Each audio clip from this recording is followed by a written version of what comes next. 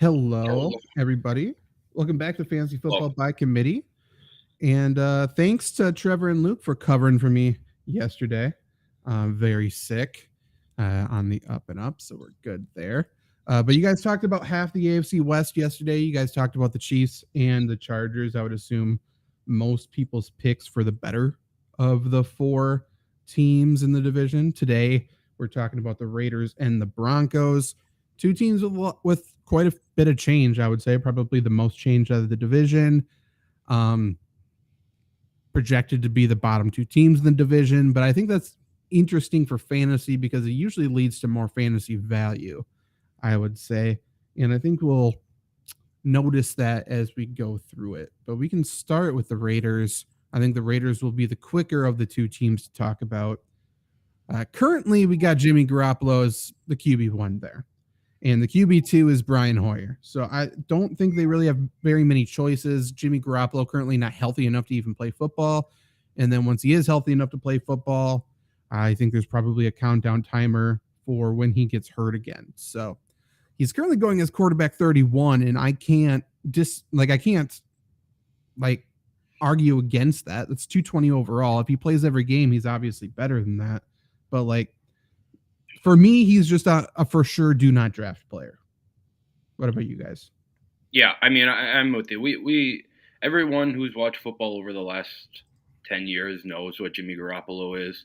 It's not fun to have, not necessarily he's not going to win you a championship. I mean, Zach, you're right. If he plays every game, I'm sure he outpaces QB 31. If I don't necessarily know that's the case, he plays all 31 games, but you're right. To me, there's no justifiable reason that you're ever going to start Jimmy Garoppolo unless you're in a really deep league and need a spot start. And for that reason, I just don't see any help, any value with him at quarterback. I think you can leave him alone.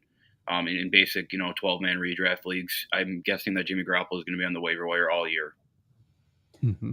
Well, and even on top of his performance, half the battle for novice players is are they somebody fun to cheer for? Are they a fun player? He's not any of that either. So he doesn't get you results on the field, and he's not fun to have in the squad.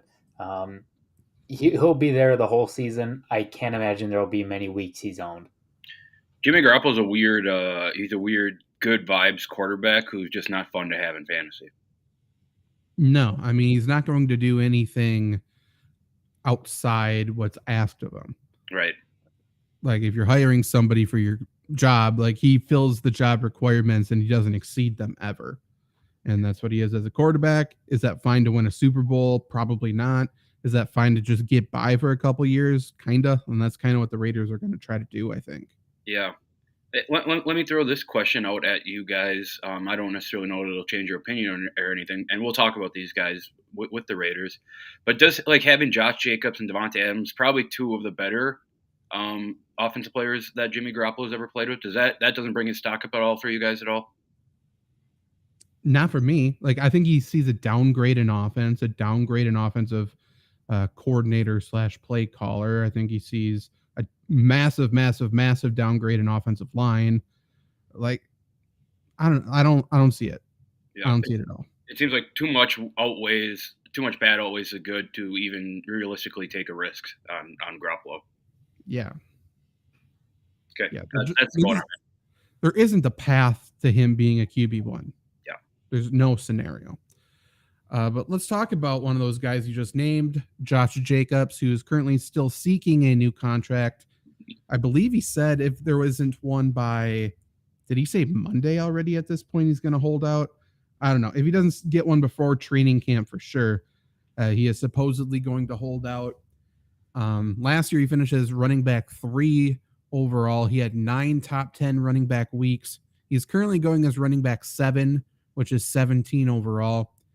But just talking about Josh Jacobs in general, it's easy to see why he doesn't have a contract right now.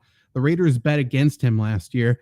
They gave him 340 carries, which is insane. The next closest on the team was Derek Carr with 24. Crazy. The next closest after that was 17 was Zamir White and Brandon Bolden. So he had pretty much 323 more carries than the next closest running back. they were banking on him getting hurt or just running him into the ground and having a great year and somebody offering him a decent contract that he accepts. Neither of which happened. Now he wants to get paid like the running back he was last year. Raiders are assuming, and probably rightfully so, that he isn't capable of holding that same type of role this year. So with this in mind, and if people are drafting right now, we don't know what the Josh Jacobs contract is. We don't know if he's going to hold out. We don't know anything. Are you willing to draft him at running back 17 overall? So my initial thought on it is it feels like there's a lot going on with this Raiders offense, right? There's a lot going on around Josh Jacobs that screams, you shouldn't draft him. You shouldn't draft him. If they do the Tennessee Titans shit again like last year and give him that many carries, then I think it's worth a pick. If that's the case, I don't necessarily think so. Like, it's hard to give players back-to-back even 300-yard rushing seasons, right?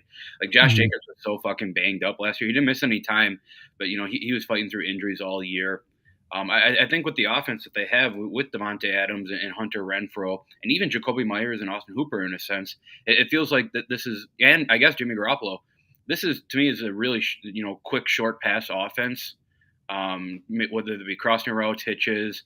And I think Josh Jacobs probably has to be involved in that just to keep linebackers up and moving with the run. But to your point, Zach, this offensive line sucks. This quarterback sucks. It seems like at times they're going to have to rely on Josh Jacobs, and it feels like, you probably can't stack the box against the Raiders with Davante Adams, but you can probably get as close as possible to stacking the box. And I would imagine that's what defense coordinators are going to do all year. I think you can go other places at running back 17, and probably get what Josh Jacobs might end up with this year. So I totally understand if you pass on him here. And it's really hard for me to see that he replicates last year. So yeah, I'm cool passing on him at would you say 17th overall, running back 7? Yep. I think the only move is to pass on him. Last year, obviously RB3 or whatever, but he had 5 weeks in the top 5. Well, he had 8 outside the top 15. Where he's being drafted, he's probably going to be your RB1. Even if he's your RB2, even last year with all those carries, like he would have been a great RB2, don't get me wrong, but he had some weeks where he was not a good RB2. That was his best season, and I can't see it being the same or better in any scenario. Obviously, he was battling injuries, so at that, that is just way too high of an asking price. It's screaming, stay away from me, and you throw in the contract dispute, and this is just something I don't want to go anywhere near. It just feels like he's going to sign the franchise tag. I don't know why he wouldn't. And it's again, it's a 1-year prove it. So is he going to play through injuries again because he's trying to prove that he can win another contract? Essentially, he can prove that he can stay durable, or is he just going to kind of give up and be like, this team didn't bet on me. I'm not going to give them everything I have. We saw that with Lamar Jackson last year. Obviously, with quarterbacks, they naturally have a longer shelf life than what is currently a 25-year-old running back, I believe. But there's just a lot of things. I don't love Josh Jacobs. I think it's interesting that he's going as running back 7 after a terrific year that already proves that people are doubting him. He's going ahead of Derrick Henry, and I think they're in the exact same type of situation, so I don't know why you wouldn't take Derrick Henry over him. Yep. Then there's Tony Pollard, Ramondre Stevenson, Najee Harris right after him. I think I'd rather have all 3 of those guys than Josh Jacobs there. It feels like another season where Josh Jacobs is going to prove me wrong. And so I don't blame anyone for betting on him. If he plays like he did last year, where he's getting drafted is a value. Like, he was great last year. But again, 404 total carries plus targets. 404 is too many. They didn't bring in any other running back to do anything. So, man, it's just a mess. And I don't really want to own any Raiders player whatsoever. Spoiler alert. So I'm just staying away from this whole fucking team. They suck. Makes sense. Backup currently is probably Zamir White. He's going as running back 63, 229 overall. Obviously, he was a somewhat hyped rookie last year, and he saw 17 carries. So Not much to say there. Amir Abdullah still there as well. He didn't do anything last year. Davante Adams, though, let's go wide receiver. He's going as wide receiver 8 right now, which is 14th overall. Last year, he finished as wide receiver 3. He averaged 19.7 PPR points per game. He had 7 weeks in the top 10. Obviously, that was with his old college teammate, Derek Carr. He did see a little bit of a downgrade going from Rodgers to Carr.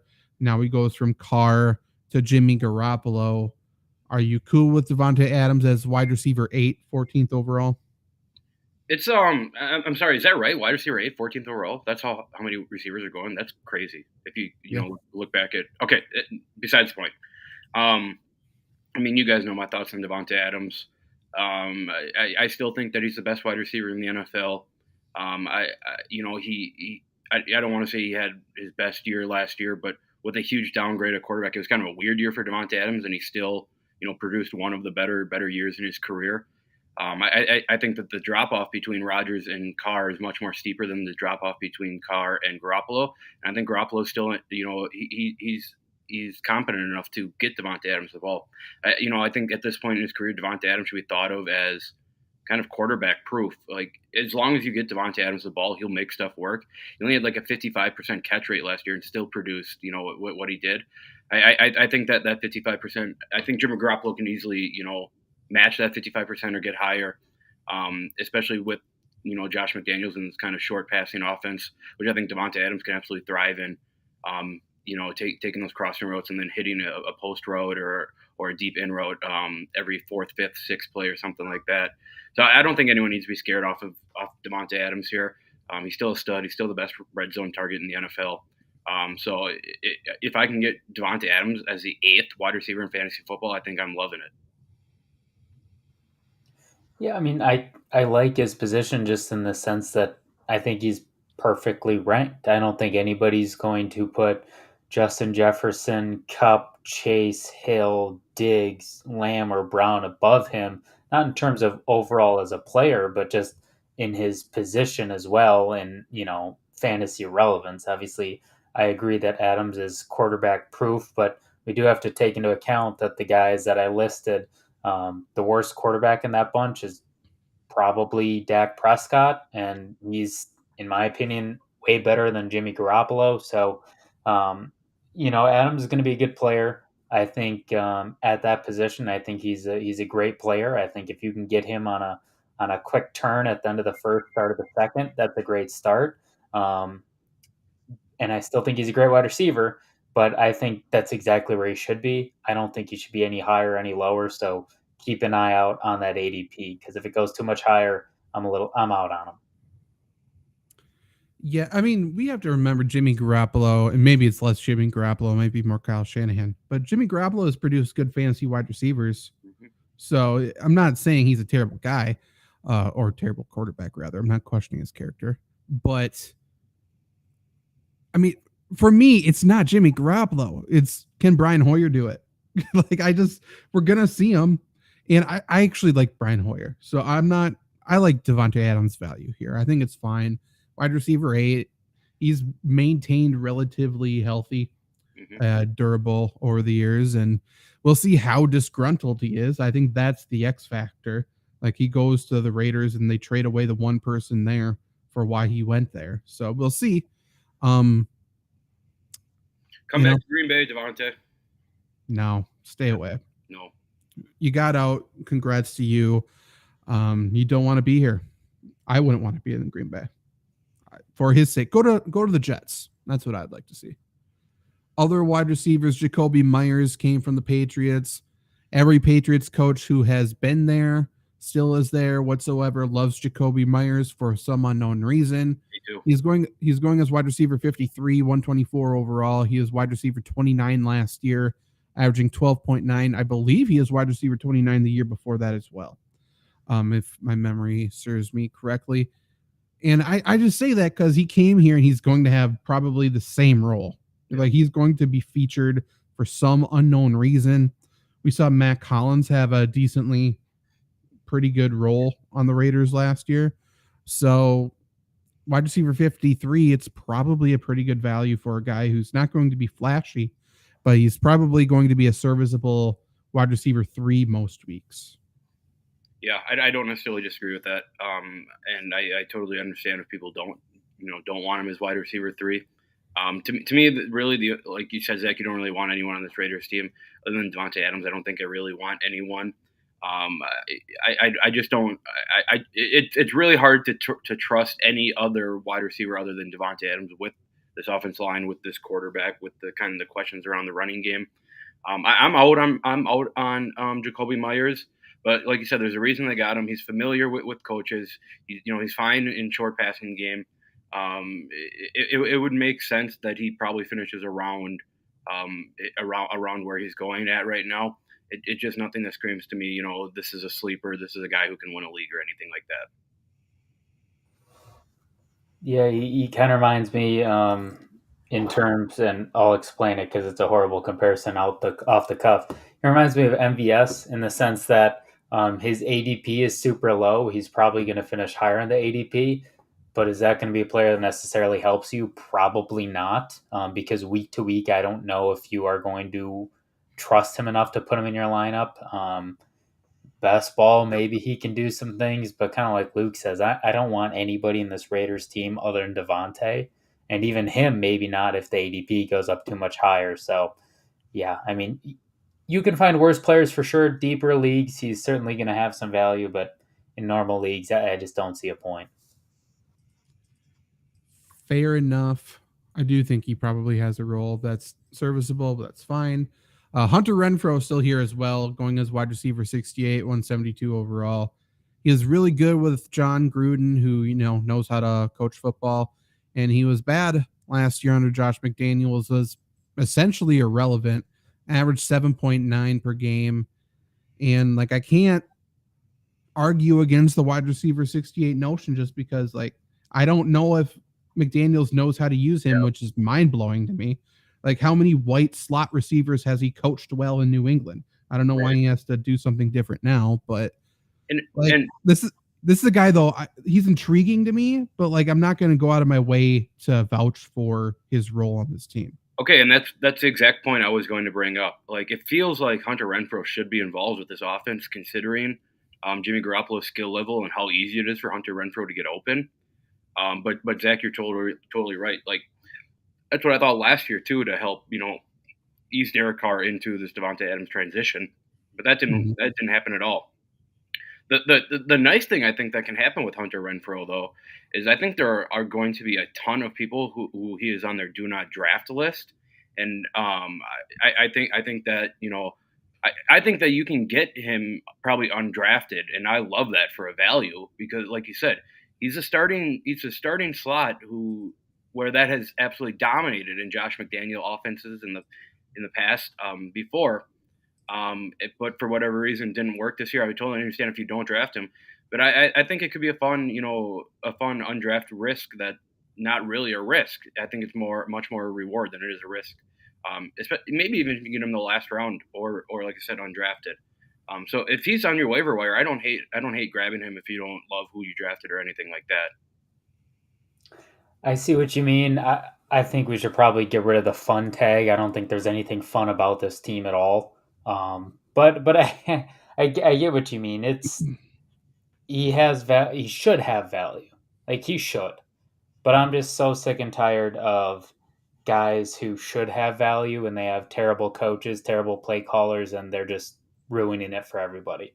I understand they're at the NFL level, but I mean, we just see this a lot, and it's unfortunate. And I think he's the next kind of victim of it, so to speak. Yeah, maybe I'm holding out too much hope, but this is probably the year. If he doesn't do anything, then no more Hunter Renfrow for Luke ever again. Yeah, I mean, I think if he stays healthy, he's for sure going to outperform the draft position, I guess, if we want to talk about rankings wise where he should be. But we'll see. He's an elite route runner. 2 years ago, he was the wide receiver 10. So I don't know how McDaniels doesn't draw up play specifically for him this offseason, but maybe he didn't. I don't really trust him to be a good coach whatsoever. So we shall see. Speed Demon, if you have a question, let us know. I don't know what you're referring to, but I'm guessing he said something that had something in it, and it didn't go through because it was blocked. That's my guess. Tight ends. Well, other wide receivers really quick, I guess. They have Keelan Cole, Philip Dorsett, DeAndre Carter. Not because they're fantasy relevant, but I think those three are good enough to be annoying for fantasy. Just ignore them. And they're the type of players that will take value away from Jacoby Myers and Hunter Renfrow, which is also annoying. Yep. Tight ends, they got two. Austin Hooper is going to be the starter. He's not going to be the better fantasy guy, probably. He is more of a blocking tight end at this point in his career, but he is going to play a very large role on this football team. And then they drafted Michael Mayer. He's currently going as tight end 22, 193 overall. I don't see a reason to draft him. I just don't. Like, we saw the Raiders, what they did last year, and Darren Waller was fine when he was healthy. And who was the other? Foster Moreau was also fine at times when he was healthy. So, like, Michael Mayer, I think, is going to float around the tight end 20 range, and he's not going to be reliable. We just don't need to do it. You don't need to do it. I agree. To me, Michael Mayer screams like if you drafted a bad tight end or your tight end gets hurt or something, he's probably a guy that you're going to fuck around with all year and see if something works and add him and drop him and yada yada. And that's not necessarily a game that I love playing. Also, just the fact that like rookie tight ends never produce. I mean, outside of like Kyle Pitts' 1,000-yard season his rookie year, I think Evan Ingram had a good rookie year. But other than that, there's like been absolutely nothing where rookie tight ends get over 600 yards. It seems, like I said before, it seems to me that tight end to the NFL is probably one of the biggest transitions in terms of positions. Probably quarterback or corner being that number one. But tight end, there's a lot to learn. You're basically playing two positions, and that feels like too much stock to put into a rookie for your fantasy team. So, yep, Zach, I'm with you. I'm off of Michael Mayer this year. Yeah, I mean, go on, Zach. Well, rookie tight ends are part-time players because they can't block. Right. And then on top of that, with Michael Mayer, one of the best blocking tight ends in the league is Austin Hooper.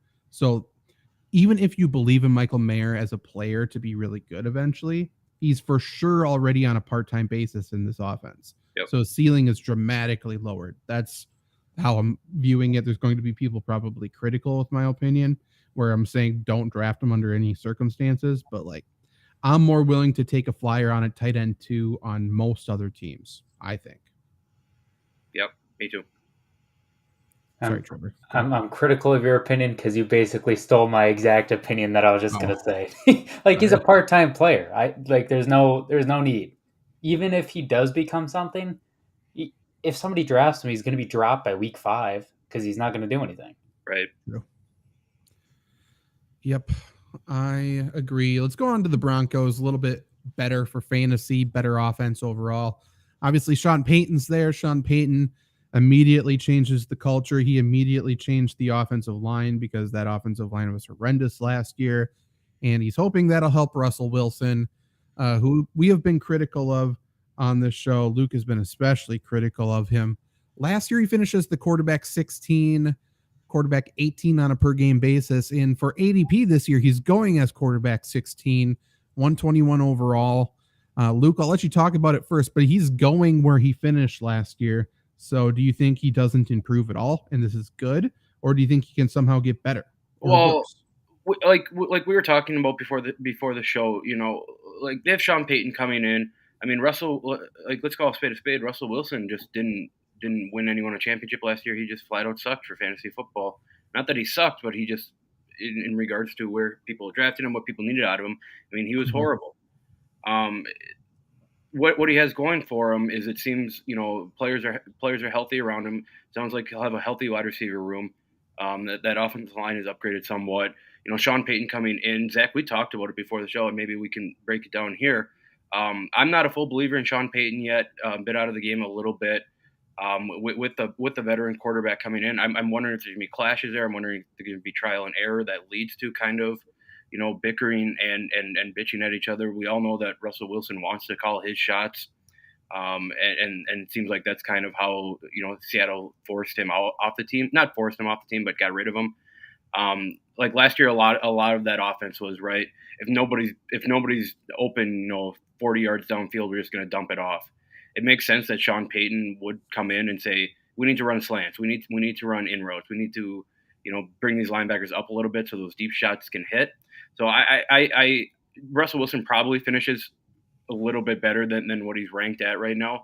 He's just a guy that, and I've been saying it for a while. I just don't necessarily he can throw the ball. I just don't necessarily know his decision making is there. His talents there enough to be able to lead someone to a fantasy football championship. I think those days are past him. Like I said, he does have things somewhat going in the right way. It just maybe it's just kind of a wait and see for me. Like it's really hard for me to trust Russell Wilson right now after what we saw, even his last year in Seattle and Denver this year. So I'm not going to draft him. I understand if you draft him there, he probably finishes a little bit better than when he finished last year. But I would imagine there are going to be growing pains with Russell Wilson and Sean Payton here. Yeah, and I mean, he had 4 top 5 finishes, but 3 of those came against bad defenses. And the other one came against the Chargers, who, as always, were banged up by the last week of the season. There was just no consistency, even with good matchups. He couldn't get anything done. That entire offense was anemic.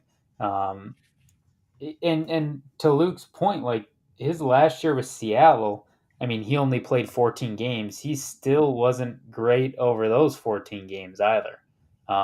So, I mean, Sean Payton's there. I think he improves a little bit, but not enough to drastically change his ADP or have me looking at him as anything like a sleeper. Okay, so I love Russell Wilson this year. I love his draft value. I think Sean Payton, I was just thinking when you were talking, I would probably label him the 3rd best offensive mind in the NFL currently. I'd put him behind Andy Reid, Kyle Shanahan. He knows how to win. He knows how to make terrific offenses. And he set records offensively with Drew Brees as his quarterback. And Drew Brees is not that good. Yep, I will scream at the mountaintop of that forever. And he did that. He comes in right away.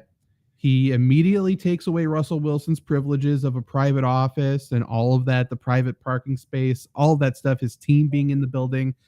So I think that's a reality check. I think having a terrible year last year is a reality check for Russell Wilson. He looks like he's already lost like 20 pounds. So I think we can see physically he's making changes. Russell Wilson can certainly prove me wrong and still be that, out of touch with reality. But in terms of just on the field wise, Sean Payton's going to put Russell Wilson in positions where he can succeed, whereas Nathaniel Hackett came in with his offense and tried to make Russell Wilson run his offense. And that's just the sign of a terrible football coach. Mm-hmm. Like that shit just doesn't happen. Sean Payton's adapted his offense time and time again. We saw it with Taysom Hill. And now the Saints are still trying to do it with Taysom Hill, whereas only a little bit of success was with Sean Payton. Like Sean Payton knows how to adapt.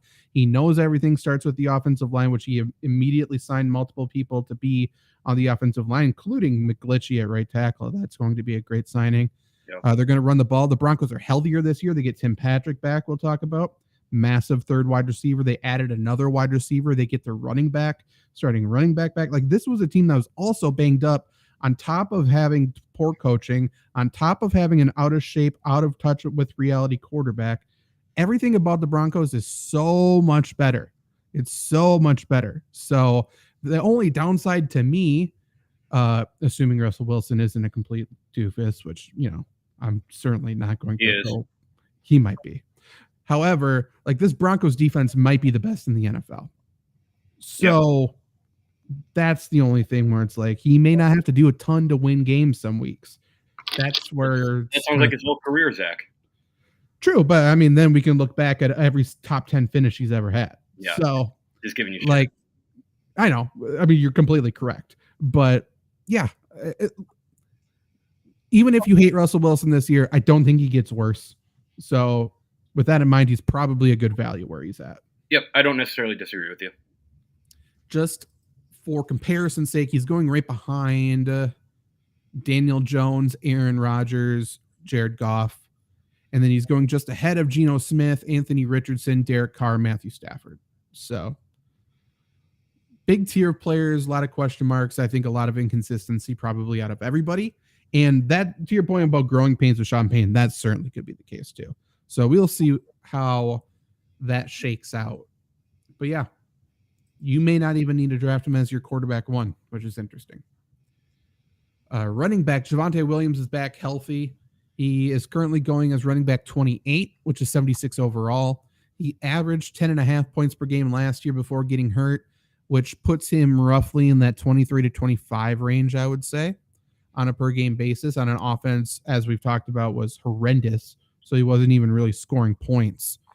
So if he falls in the end zone, that 10.5 goes up to 16 pretty quickly, and all of a sudden he's a good value. His rookie year, he is running back 17. I say all that to say Javonte Williams at 28. I like it quite a bit. And we have to think about Sean Payton offense. He's probably going to catch more passes than he ever has as well.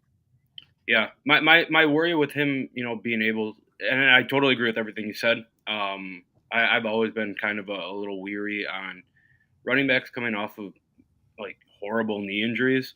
Javonte Williams sustained it real early last year. Is there a report of him? I don't necessarily know that there's a report of him coming back. But look.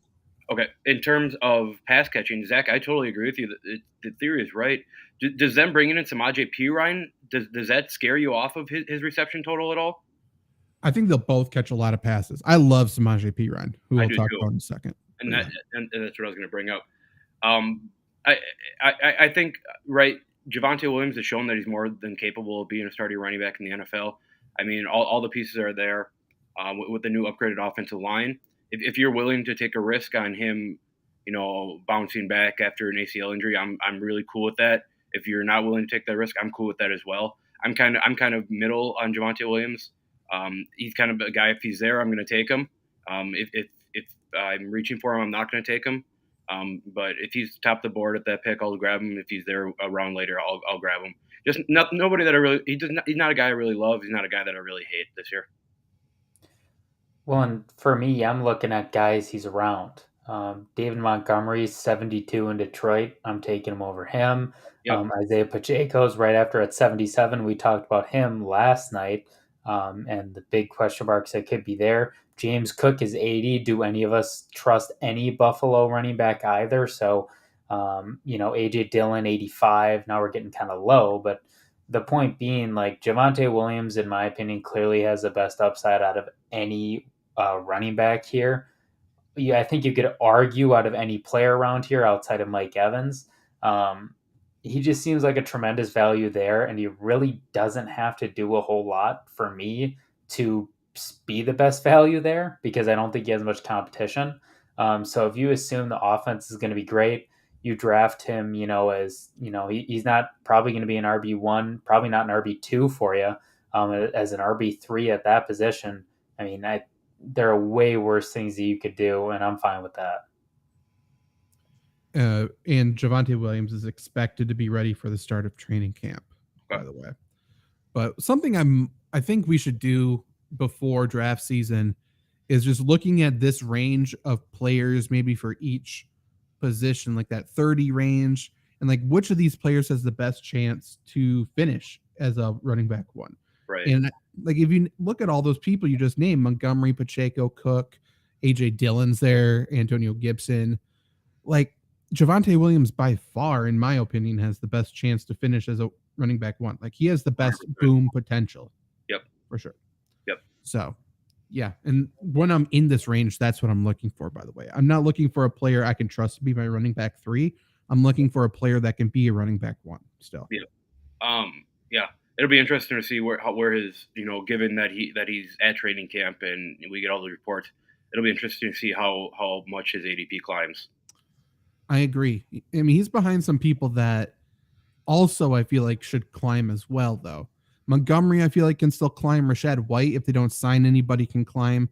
Yep. James Conner just came on and talked about how amazing he's going to be this year. So we'll see. And then Madison's there. Madison still shouldn't be running back 24. I don't get it. So, yeah. We'll see. And how is Mike Evans wide receiver 33? Yeah, it makes no sense. Like, he's a bitch, but there's no way. No, like, he's never had a season of less than 1,000 yards. Crazy. So let's say he does. He might have 900 yards, and he's going to be running a wide receiver like 25. Yep. Like, It makes no sense. Let's talk about Samaje Perine. My love of Samaje Perine can be traced back to, I believe, the first year FlurrySports was in existence. I wrote a very, very good, well thought out, researched article about why Samaje Perine was going to be running back 1, I think, this year. And I believe 1 day or 2 days after I wrote the article, he had a season-ending ankle injury. So that was fun. But I do like him a lot. Bengals last year, obviously, he took a lot of those red zone touches from Joe Mixon. He finished as running back 34 last year, 8.9 per game, did a lot of receiving work. He's going as running back 39 this year, 107 overall. And again, we talk about that Jamal Williams-like role, and I think Samaje Perine's got that as well. Yep. Like, he's a handcuff with upside. He has a week-to-week role on this team. He's probably nothing higher than a flex on most weeks, but if Javonte Williams goes down, as he already has before, Samaje Perine would be elevated as the starter and be probably a rock-solid running back 2 for you. So I like it.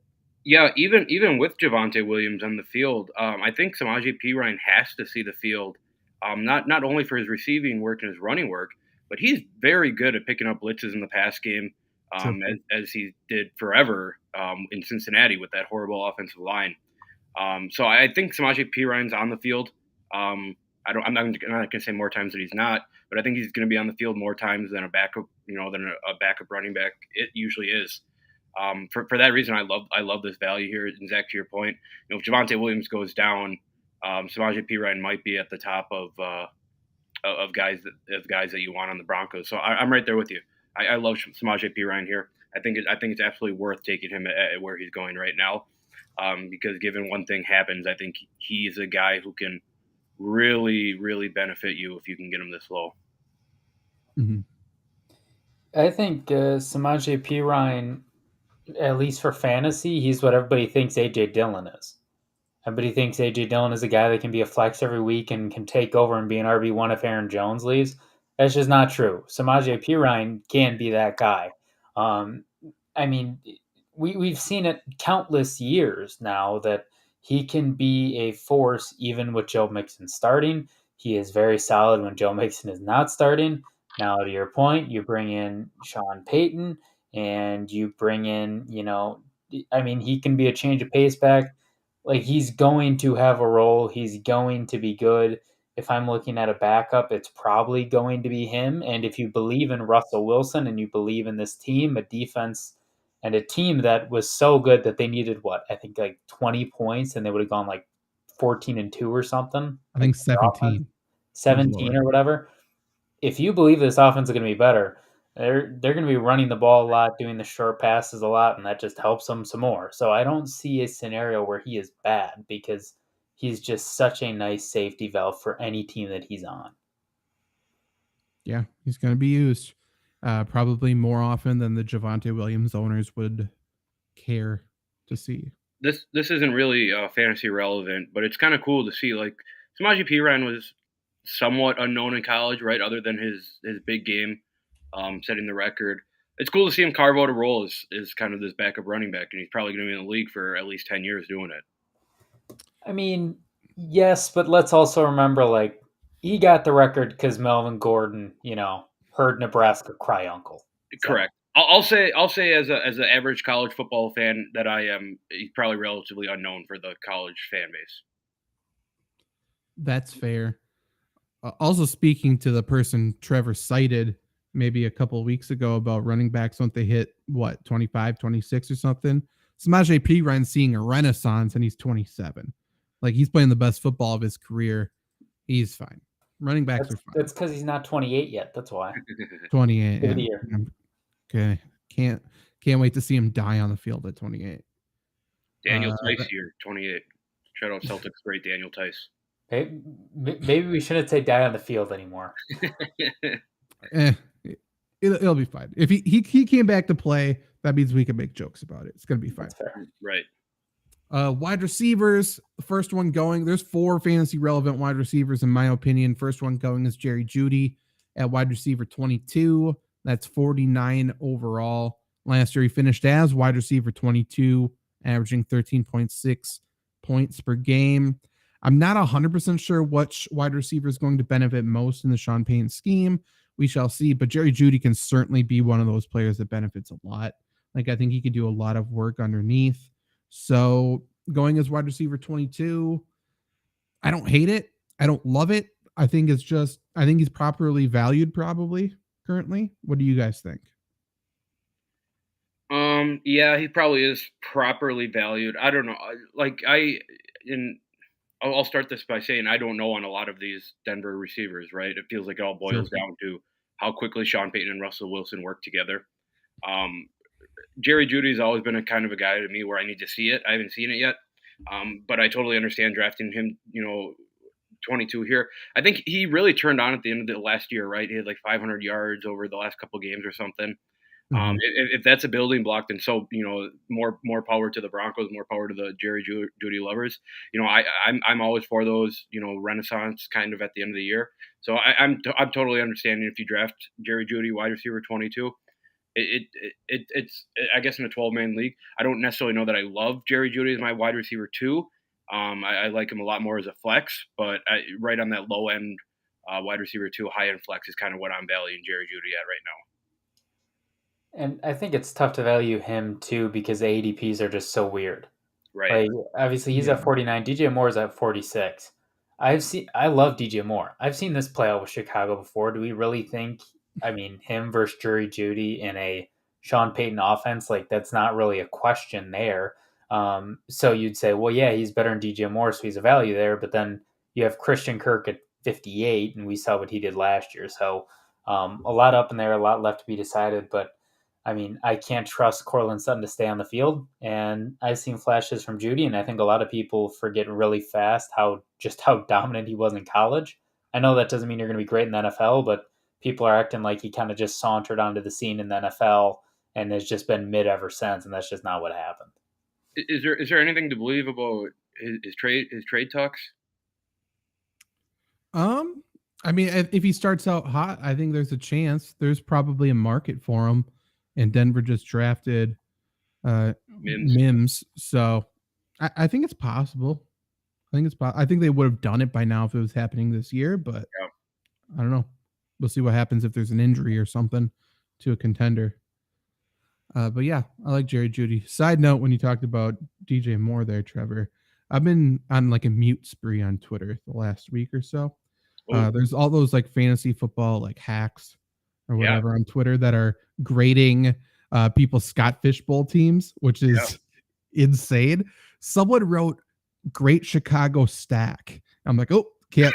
Like, I need you to get out of here. What does that mean? Those words have never been said before. No, what are you talking about? Oh, it made me so angry. So best. There probably hasn't been a good Chicago stack since Jay Cutler, Brandon Marshall. For sure. It's not even debatable. 100%. Right. So stupid. Other wide receivers you just brought up, Courtland Sutton. I am still a Courtland Sutton believer. He's going as wide receiver 40, 90 overall. He finished as wide receiver 43 last year, averaging 10.6 per game. Like, could he fill that Marcus Colston role in the Sean Payton offense? Could he do something like that? I like him a lot. How reliable will he be on a week-by-week basis? I don't know. But at that draft value, 90th overall, I don't hate it. Share your thoughts about him. I'll see where he's going by. To me, Courtland Sutton is the best wide receiver in regards to talent in this wide receiver room. And maybe I'm naive in saying that and not believing in Jerry Jeudy. But to me, Russell Wilson gets, we know he gets erratic with the ball. He likes to throw the ball deep, throw the ball up. I think that bestly suits Courtland Sutton's skill set on this offense. We've seen Courtland Sutton win jump balls. We've seen him, go up and almost moss guys when he's healthy. So I like Courtland Sutton much. What did you say he's going wide receiver 40? Yeah. I like that. I think I like that much better than I like Jerry Jeudy, wide receiver 22. Will Jerry Jeudy finish with more yards? Probably. I think Courtland Sutton may finish with more touchdowns, though.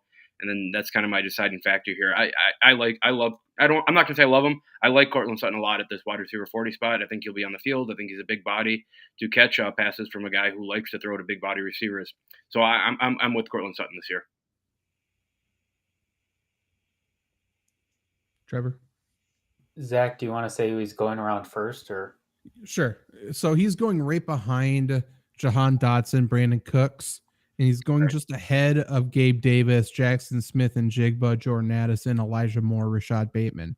So, I mean, like I value him similarly to Gabe Davis, I think. Maybe a little bit higher than Gabe Davis. So. Yeah, and I'm sorry, before you go, Trevor, I think I like Cortland Sutton a little bit more than the unproven rookies and unproven, young second, third wide receivers. I agree. I like it more than Jahan Dotson. Yeah. Yeah, and I wanted you to tell those guys or say those guys' names first because I think he's way better than Gabe Davis. Like if you're drafting him, you're not going to start him every week, but like you look at Gabe Davis, he had more than 5 catches twice all of last season. One of those games he had 3 catches on 10 targets. Obviously, that's not all going to be the receiver's fault, but like Gabe Davis is a boom or bust best ball guy.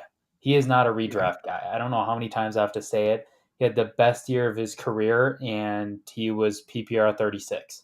And they added Kincaid. I'm not saying he's going to be trash, but we look at Cortland Sutton. I agree. I think he's the most talented wide receiver here. Again, I'll bring it up again. New offensive mind. Can't be a worse offense than last year. And he finished last year in the wide receiver 40 range. We just need to stop with Gabe Davis and start looking at guys like Cortland Sutton, who we know have the talent and actually have the space in the offense to produce like they should. Fair enough. And then the Broncos offense adds 2 other wide receivers. One is a familiar face, one's a rookie. Marvin Mims was drafted to the team, second rounder, wide receiver 74 currently right now, 192 overall. He had 1,000 yards last year, but that was at Oklahoma. I'm really critical of Big 12 wide receivers. So could he be something? Sure. Will he be something consistently? Do I think he can break real coverage? I don't really think so. So I'm ignoring him. I also don't necessarily think that he needs to at this point with the other receivers in the room. Sure. I think he can develop. I just, don't love him this year. And then one guy who's already been talked about a lot, and it's someone we've talked about a lot as being a fantastic player, is Tim Patrick. And he's going as wide receiver 92, 261 overall. In 2021, he finished as wide receiver 42. Obviously, he was hurt last year. If you're saying one of these guys are the best value, like it might be Tim Patrick, who we've said he always catches touchdowns. I mean, regardless, he's the guy the Broncos wanted to bring back last year. They paid him to bring him back and different regime, but he's a very, very solid football player. Even though it's a different regime, it sounds like from all the reports that this is a guy that Sean Payton wanted, a guy that Sean Payton likes. Mm-hmm. Like you said, we've had jokes with Tim Patrick, but in all seriousness, like the last 2 years that he was healthy, he's been about like a 50 catch, 745 yards, 6 touchdown guy. And that's kind of going undrafted right now, which is crazy. And he's done it with Cortland Sutton and Jerry Jeudy in that wide receiver room and with worse quarterback play. Like you said, Zach, Tim Patrick is a good wide receiver. I think he's probably one of the better wide receiver 3s in the NFL. And I think he can start on almost every other NFL team right now. Going back to the point, like we said, all he does is catch touchdowns. I think in 2020 and 2021, like 10% of his receptions were touchdowns, which is it's pretty high number. So I'm with Tim Patrick, especially if he's going end of the draft undrafted. There's a lot worse players that people are going to draft than Tim Patrick, and I think if you grab Tim Patrick, you're going to be probably pretty happily surprised about what the outcome is. To me, for fantasy, Tim Patrick and Tyler Boyd are the exact same player in terms of I don't know why, but they always go late. To your point, they're always going to get you, the same amount of yardage. They're going to catch a decent amount of touchdowns. If anybody goes down, their value balloons. For whatever reason, nobody pays attention to them. I don't know. Maybe too many people watch us joke about Tim Patrick and think we're being facetious. I don't understand it. He's certainly not going to be a guy that you draft and you plug him in and play every week, but he's certainly a guy where if you have him on your roster, I mean, we're talking about not only can he fill in on certain weeks, but you can add him to trades. He makes trades look better. He's kind of a safety valve if, anything happens or if you need to go all out for a trade. He brings so much to a team that isn't seen. And And so I think he needs to get a little more love. I will say the difference between Tim Patrick and Tyler Boyd to me is that if there's injuries ahead of Tim Patrick, I think he can be a startable wide receiver and be good. Tyler Boyd, I don't think can. Tyler Boyd was. You're right, Zach. He wasn't really startable when Jamar Chase was down last year. His role doesn't change. Yeah. They'll they play Tyler Irwin ahead of fucking Tyler Boyd. Yeah, not that Tyler Boyd's a bad player or anything, but like you said, the role just doesn't change. No. But yeah, I mean, if Cortland Sutton goes down, Tim Patrick's going to be on the outside. I don't think it's going to be Mims. So I think I love that. Yeah. Then tight end Greg Dulcich is entering the second year. Tight end 17, he's going as 154 overall. Last year, he had injuries, finished as tight end 29, but he was tight end 17 on a per game basis. He's an athletic tight end, good tight end, obviously. Was hyped up a lot last year. We said pump the brakes on rookie tight ends. We've seen tight ends in the Sean Payton system see quite a few targets. So I like him. Like if you're saying, would you rather take Greg Dulcich or Michael Mayer? Where was Mayer going? Mayer's going as 22. So Dulcich is going ahead of him at 17, but I like him exceedingly more. I think Dulcich has the chance to finish as a tight end 1 this year. Yep, I don't disagree with you. My worry about him is, and I don't know. Like I don't want to say there's a lot of mouths to feed in this Denver offense because they're not all great mouths to feed, but there are a lot of mouths to feed. But like you said, Zach, with Sean Payton in there, it makes sense that probably everyone's going to be involved. Look at look at the Drew Brees teams in New Orleans. I feel like every single player was catching a touchdown every single week. So I totally understand the excitement, the I don't want to say love, but the love for Greg Dulcich. What's also nice about him is like the guys behind him aren't really that big of a threat to take away any of his stuff. Like Albert O should have been a thing. It's probably never going to be a thing. Like sorry if you're listening, Chris Manhertz, but who the fuck is Chris Manhertz? So I totally understand Greg Dulcich. Like he has a role. I'm not calling him Jimmy Graham, but look what Jimmy Graham did with the Saints under Sean Payton. So I'm with it. You just had to find a way to bully Jimmy Graham into the conversation, didn't you? You act like this is the first show we've ever done together, True. Fair enough. Yeah, I was about to bring up Albert O too. Like, what the hell happened to him? Like, you should be getting run. He was tight end 9 in week 17 when Dulcich wasn't there, obviously, but should be getting run. But beside the point, I mean, Dulcich, you can definitely do worse than him. I think he was one of the more underrated tight ends. I mean, you look at week 7 to week 8, he's about as good as you're going to get on the waiver wire, probably better than a lot of tight ends people drafted. The offense is going to be even better. I'm not saying he's going to be a flashy guy. He's definitely not going to win you a fantasy league, but he's not going to lose you a fantasy league. And in a lot of leagues where you have a tight end, that's a pretty big deal. Yeah, I agree, Trevor. I don't think your week is tanked if Greg Dulcich gets like 2 points. No. And I think that's like you said, Zach, that's where his value comes. Like, nobody, like, are you drafting him or Michael Mayer? You're drafting him 100 out of 100 times. Agreed. But in Scott Fishbowl, I did want Dulcich a lot. I thought he'd drop further, but I debated between him and another tight end, and I'm interested to see where you'd value him then. I picked Dalton Schultz ahead of Dulcich. Dulcich went, looks like about 5 picks later. Would you rather have Dalton Schultz or Greg Dulcich? Dalton Schultz. I think I like Dalton Schultz because I think his role is better with the weapons on Houston than Greg Dulcich is with the weapons on Denver. That's fair. And I mean, we've seen so many teams where it's like Arizona, teams like that, where their wide receivers are tiny and they get to the red zones, like they're going to run it or they're going to have to throw it to the tight end. In Denver, their wide receivers are pretty big, minus Jerry Jeudy, it seems like. So, Yep. That's fair. I would imagine too. And maybe this is more for Javonte Williams and Samaje Perine, but Denver just couldn't score in the red zone last year. I would imagine Sean Payton, probably one of the first things of business is figuring out the 5-yard rushing game here. I mean, I need to go back and look. I'm not sure how many times it got to the red zone. Right. To be fair, they were bad last year. Yeah. So we shall see. That is something Russell Wilson really excelled at. in his early career, though, in Seattle. So that's something that could be unlocked. That's why I'm thinking this team could be pretty good. Like I said before, though, this defense is incredible, and I think they'll be one of the best in the league. And they could have made the playoffs averaging 17 points per game last year. So hopefully they average more than 17, but I think that's the bar. Like, they don't need to. That's the scary part for fantasy. Yep. And I guess just talking in terms of football, do you guys agree with everyone saying Pat Surtain's the best corner in the NFL? Yeah. Yeah. I think it's conversation. He's so good. Yeah. Although I'm a Sauce guy, but I get it. I like Sauce, but I mean, he's been fine for 1 year. Sauce is fun. He's fun. Yeah, for sure. He starts a lot of shit. Yep. Which is good.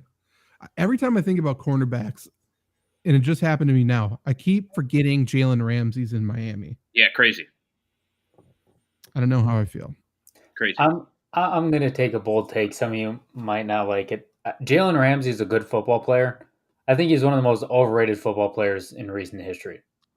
Like, he is very good. Years, yes. He's very good, but like everybody is talking about, he's one of the best cornerbacks you've ever seen. It's like his peak was very good, but let's slow the roll a little bit.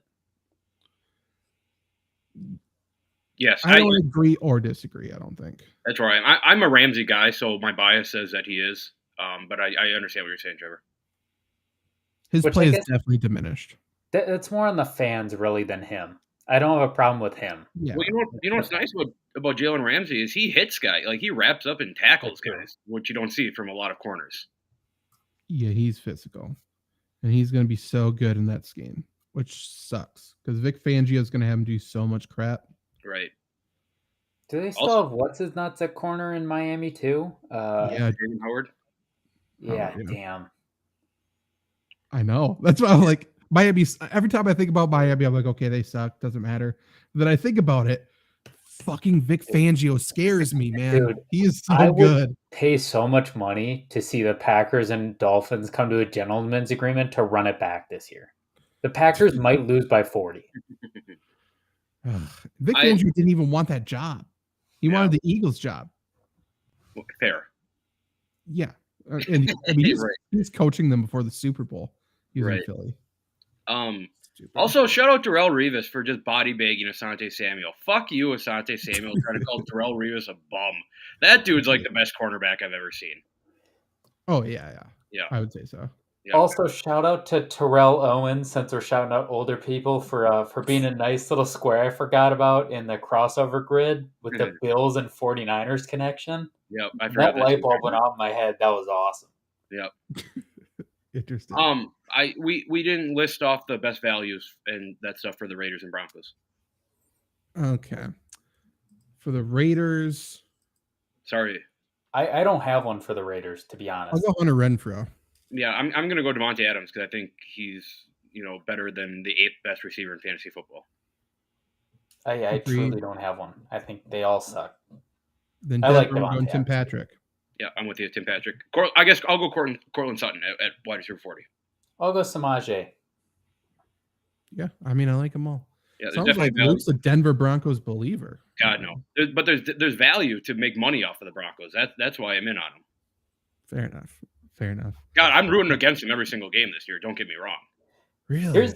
Here's the other problem you don't understand. If this Broncos team is looking good, I think Russell Wilson gets a decent amount of calls for MVP.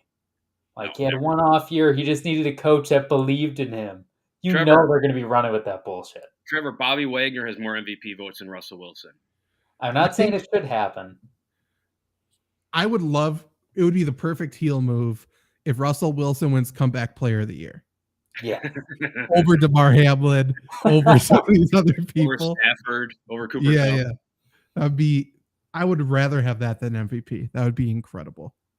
The speech would be insane. I would hate it all. He would get assassinated. His speech would have something to do with Hamlin and how Hamlin had gone on my side, but so did I. And everybody would be like, you suck. Hamlin inspired me to get the comeback player of the year. Yeah. That's right. When I saw him lying on that field, I thought of how my career was also lying on that field. Yeah. I thought my career was dead. Right. People would be like, we thought he was dead. Very good. We just ran through over weeks. We ran through every division in football. And what is next for us? I don't know. What is next? We got a lot coming. We have a lot coming. We are still going to be doing streams every single week, hopefully Wednesdays and Thursdays still. For sure Wednesdays, but we have more content coming up. We're just not breaking down divisions, at least for a while. We might do a speed run through them or something, maybe closer to draft season. But we have a lot of fantasy football content coming. If you're watching on YouTube, I would love for you to comment what you want to see. If there's something specific you want us to break down, I know I have some boom bust content coming up. I might start doing, now that I'm feeling a little bit better, start doing some daily fantasy football news stuff once training camp gets going, because training camp is starting, in roughly a week. Rookies have to report. So at that point, we'll have a lot more news to talk about. A lot more value will be sorted out. The first rankings of the year will be coming out soon, as will the draft kit from FlurrySports.org. So subscribe, tune in, and we'll be back soon. And, maybe some salary cap dynasty if enough people join. Might be next week, next Monday, possibly. Maybe if you want to hint, Zach's Twitter, revolutionizing the fantasy game, maybe something with that, hopefully. Well, not maybe. It's just a matter of when. And and then for other random Randy shenanigans every week. True. Yeah, I also just signed up for a Guillotine League that I'm sure I'll bring up in these streams. So if you guys are in a Guillotine League, I'm right there with you. Everyone listening, if you guys are, that'd be kind of fun to talk about as a little 5 minutes each show or something. The new Madden comes out soon too. I don't think it'll be cross-platform, so Luke still can't play with us. But I'm not kidding. The game got worse this year. No, I can't play you. I can't. Madden, the thing about Madden that's fun is I think it's the most fun sports game to play against the computer. I think that's fair. Yeah. I think for NBA, you need someone to play on-ball defense for it to be fun. But NFL is just basically your quarterback reading defenses, and I think that's great. I think that's fair. I'll get the new Madden. I have to. I'll get suckered into it. I also kind of figure out why I can't. Like, it makes sense I can't get Madden because I have a Switch, and Nintendo and EA are not compatible. That just clicked in my head like 3 days ago. They used to do Madden. They had Madden on the Wii. Though. Yeah. Also on the Game Boy Advance, SP had that. Really? Yeah, they did. I played a lot of Madden on the SP. But I broke it. It wouldn't let me throw anymore, so I had to do running back toss every play. Nice. Madden, that's not bad. Madden, I think it was Madden 98 maybe. Whenever you get the kickoff, you can't see your player. You just go to the left and come all the way back around to the right, and you get a touchdown every single time. That's fun. Yep. It's fun to do. Yeah, so we'll be back soon with all kinds of content. Maybe we do the Fortnite thing soon too. Oh, yes. Yeah, I haven't played Fortnite in a while. They took movement out of the game, so I gotta hone my skills back up. They took movement out of the game? What the fuck do you do? You have to run now. Although you can ride like velociraptors. No, they had the thing like Spider-Man hands that you could like shoot, and you pull the rope and it gets you moving really fast across the map. They don't have that anymore. But they have velociraptors you can ride. They're hard to find though. I'm gonna rage. I can already tell I'm gonna be so bad at this game. There's no shot I'm gonna be good. The nice thing is they have no build modes now. Yes. I already know what's going to happen. Zach's going to die. I'm going to laugh at him. I'm going to be killed while I'm laughing at him. And Luke's going to have to carry. He's going to lose last minute. And we're going to. I'm not very good at Fortnite, so. I mean, hey, that's fine. I think it doesn't really matter. We're in it for the content. We'll don't need to win. Yeah, we'll figure it out. Yeah, if we win, it'll be fucking electric. I'll tell you that right now. Oh, God. So goddamn toxic. Yeah. Yes, it's not going to be good for anybody. Watch. Everyone's going to feel a little worse if I win. If I beat them, it's not going to I'm be happy good. I'm on your team, Zach. Yeah, for sure. But yeah, we will be back. I mean, I might redeem the change jar that we talked about pre-show. We never know. But yeah, we will be